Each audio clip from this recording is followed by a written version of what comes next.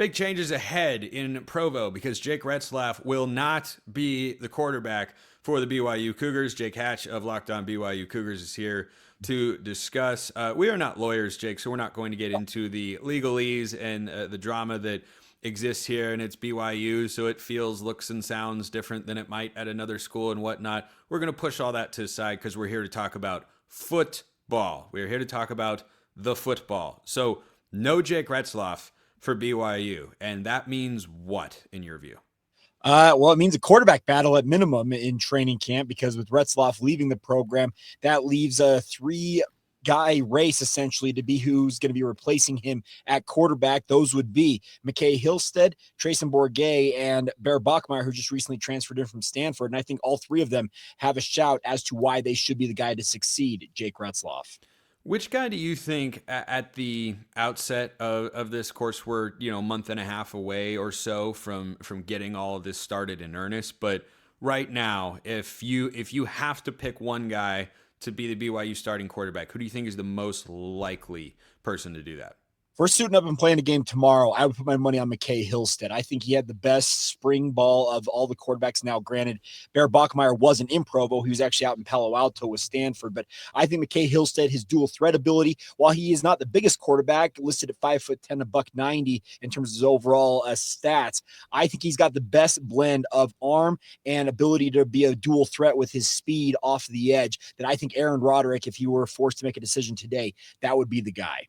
Last year, Jake Retzlaff for BYU, just under 3,000 yards passing, 20 touchdowns, 12 interceptions in 13 games. He definitely overperformed a lot of people's expectations, like mine perhaps, maybe. I might have overlooked him just like a smidge. So I don't want to do that again here with the BYU quarterback room. But these guys were not competing with Jake Retzlaff to be the starter. They were going to be his backups for a reason, and that's experience and talent driven. So do you feel like whoever winds up starting with the offensive system they have, the receivers, and everything that goes into a quarterback stat line, do you think there's someone that can put up those sorts of numbers and put BYU in a position to win 9 or 10 games again? I do believe there's a quarterback they can find among these three that can deliver those same type of numbers. They were rather pedestrian if you compare them to other top shelf quarterbacks. BYU was a sum total of its parts last year, Spencer. It was not just that Jake Retzlaff was the end all be all for BYU. They did it with defense. They did it with special teams, and the overall offense did the job for BYU a year ago. So if they can find a quarterback amongst this trio that's going to be competing to replace him, I think they can replicate those numbers. And the nice part is it appears there will be plenty of weapons on the perimeter, especially at wide receiver, and with a guy like Carson Ryan coming in at tight end, that they should have plenty of options to get the ball to. Carson Ryan, sneaky nice addition to have there. Good outlet guy on 3rd and 6, little tight end delay. That's where Carson Ryan feasts. That's a sicko name for somebody to know in college football, but that's why I host this particular show. So talk about the locker room component of all this, the off-season drama, or the off-the-field drama, rather, that's happening during the off-season. How do you think that alters the feeling inside of that BYU locker room? Because I have to think after last season, you mentioned that it was very team-driven. Obviously, Kalani Sitake is a big voice in there, as any head coach is going to be. But you have to have players that are leaders in the locker room and on the field. And Retzlaff, to me, seemed like he was one of those guys for BYU. How do they fill that void this fall?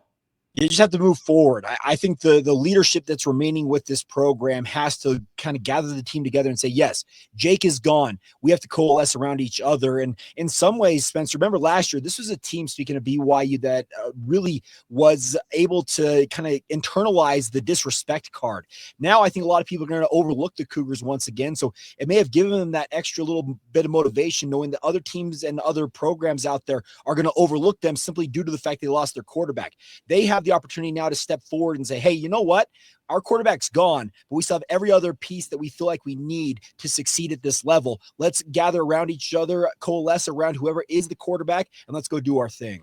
Can't believe anybody would ever overlook BYU. I mean, that's people that do that just shouldn't have podcasts and shows. You know what I mean? Like, people that didn't immediately buy into the hype train for the Cougars last year en route to their 9-0 start.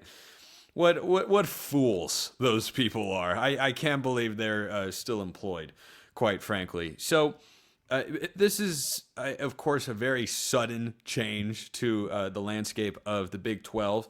And the other day, Jake, I listed out my Big 12 power rankings going into this year, and I'll be getting to every conference as the coming shows roll out here on the Locked On Network. But I wanted to put BYU in kind of the middle range, right around this other school in the state of Utah that I think goes by Utah.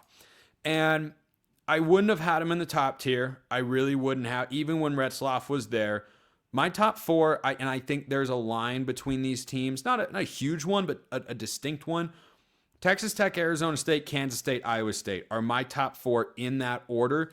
I was putting BYU in that next tranche of teams. And when I heard the Retzlaff news, my instinct, Jake, was to move them down in that list to kind of the bottom third, where you've got your Arizona's, your Oklahoma State's, Cincinnati, you know, I think Colorado's a pullback team this year. Do you think that is too harsh? And with the guys they have in the room, BYU should remain a top half preseason Big 12 team in your view? I would say moving them in the bottom third is probably a bit too far, in my opinion, because, like I said, I think this is a team that's built on more than just a quarterback. I think they'll be able to find at least some option at that quarterback position that should be able to replicate those numbers that Retzlaff had last year. But I think a lot of people, just like you, Spencer, are going to put them in that bottom tier with the Big 12, because when you lose a quarterback, there's a hit being taken by your program. There's just no doubt about it. But I think that's something that if BYU is indeed being dropped by people into maybe that lower half, lower third of the Big 12 conference, I can guarantee they are going to play up the disrespect card and say, hey, let's go out there and shock the world for a second straight year. I mean, why the heck wouldn't you? I suppose. I mean, It seemed to work at some level. Something worked last year. The magic ran out a bit at the end, but you look back and go, BYU was a game away from making the playoff. They just had to beat Kansas at home. That's all they had to do. Yeah, and that's the thing about it is they have never forgotten. They went on the road last year. I think they were 7-0 or 8-0 at the time. They went to UCF, who had a sub-500 record at the time, and they were a road underdog to the UCF Knights, Spencer. That was kind of the case in point of how much disrespect they felt like they garnered last year amidst a pretty historic start. So, yeah, if they are dropped into kind of that lower tier, I can tell you Kalani Sitake and the rest of the BYU football program will be licking their chops thinking, hey, we're going to do it again. Yeah. What do you feel like the outside mood is for BYU following the situation? Speaking of the fans, who are you asking about? Fans, local media, people that cover the program. I think that we all kind of expected this was going to be the outcome. Speaking of Jake Retzlaff having to leave the program, or at least being suspended for a significant period of time, BYU's honor code, they don't trifle with it. They will uphold that. And it doesn't matter who you are, QB1, a star basketball player. It just doesn't matter. They will always uphold the standards of BYU. And that's what they did. Jake Retzlaff decided it was in his best interest to leave BYU. And obviously BYU is going to wish him well. I'm sure they'll do everything within their power to help him have success wherever he ends up next. But I think the overall feeling outside the program is this was kind of the end that we all expected with regards to this, but now you got to move forward and hope that BYU can pick up those pieces and the rest of the program can move forward from this and continue to play good football.